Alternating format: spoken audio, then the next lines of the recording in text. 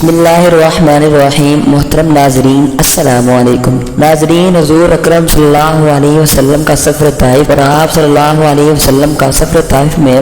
سختیوں اور تکلیف و مشقت کا برداشت کرنا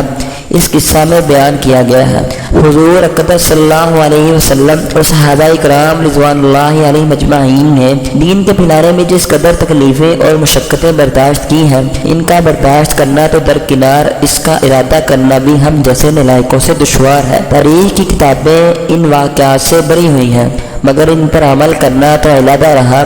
ہم ان کے معلوم کرنے کی بھی تکلیف نہیں کرتے۔ ان میں سب سے پہلے خود حضور اکرم صلی اللہ علیہ وسلم کے ایک قصہ سے ابتدا کرتا ہوں کہ حضور کا ذکر برکت کا ذریعہ ہے۔ نبوت مل جانے کے بعد 9 برس تک نبی اکرم صلی اللہ علیہ وسلم مکہ مکرمہ میں تبلیغ فرماتے رہے اور قوم کی ہدایت اور اصلاح کی کوشش فرماتے رہے، لیکن تھوڑی سی جماعت کے سوا جو مسلمان ہو گئی تھی اور تھوڑے سے ایسے لوگوں کے علاوہ جو باوجود مسلمان نہ ہونے کے آپ کی مدد کرتے تھے، اکثر کفار مکہ آپ صلی اللہ علیہ وسلم کو اور آپ کے صحابہ کو ہر طرح کی تکلیفیں پہنچاتے تھے، مذاق اڑاتے تھے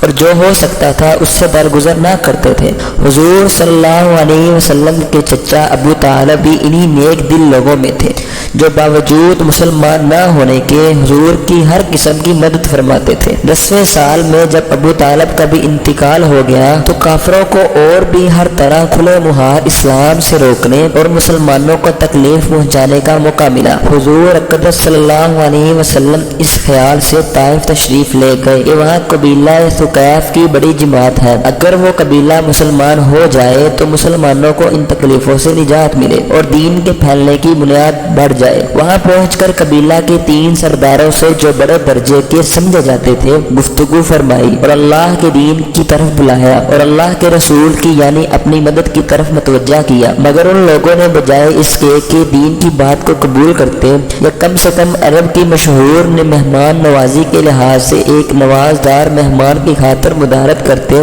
صاف جواب دے دیا اور نہایت بے رخی اور بد اخلاقی سے پیش آئے۔ ان لوگوں نے یہ بھی گوارا نہ کیا کہ آپ صلی اللہ علیہ وسلم یہاں قیام فرما لیں۔ جن لوگوں کو سردار سمجھ کر بات کی تھی کہ وہ شریف ہوں گے اور مہذب گفتگو کریں گے، ان میں سے ایک شخص بولا کہ وہ آپ ہی کو اللہ نے نبی بنا کر بھیجا ہے۔ دوسرا بولا کہ اللہ کو تمہارے سوا کوئی اور ملتا ہی نہیں تھا جس کو رسول بنا کر بھیجتے۔ تیسرے نے کہا کہ میں تجھ سے بات ہی نہیں کرنا چاہتا، اس لیے اگر تو واقعی نبی ہے جیسا کہ دعویٰ ہے تو تیری بات سے انکار کر دینا مصیبت سے خالی نہیں، اور اگر جھوٹ ہے تو میں ایسے شخص سے بات کرنا نہیں چاہتا۔ اس کے بعد ان لوگوں سے نا امید ہو کر حضور اکرم صلی اللہ علیہ وسلم نے اور لوگوں سے بات کرنے کا ارادہ فرمایا کہ آپ صلی اللہ علیہ وسلم تو ہمت اور استقلال کے پہاڑ تھے، مگر کسی نے بھی قبول نہ کیا، بلکہ بجائے قبول کرنے کے حضور صلی اللہ علیہ وسلم سے کہا کہ آپ ہمارے شہر سے فوراً نکل جاؤ اور جہاں تمہاری چاہت کی جگہ ہو وہاں چلے جاؤ۔ حضور اکرم صلی اللہ علیہ وسلم جب ان سے بالکل مایوس ہو کر واپس ہونے لگے تو ان لوگوں نے شہر کے لڑکوں کو پیچھے لگا دیا کہ آپ صلی اللہ علیہ وسلم کا مذاق اڑائیں، تالیاں پیٹیں، پتھر ماریں،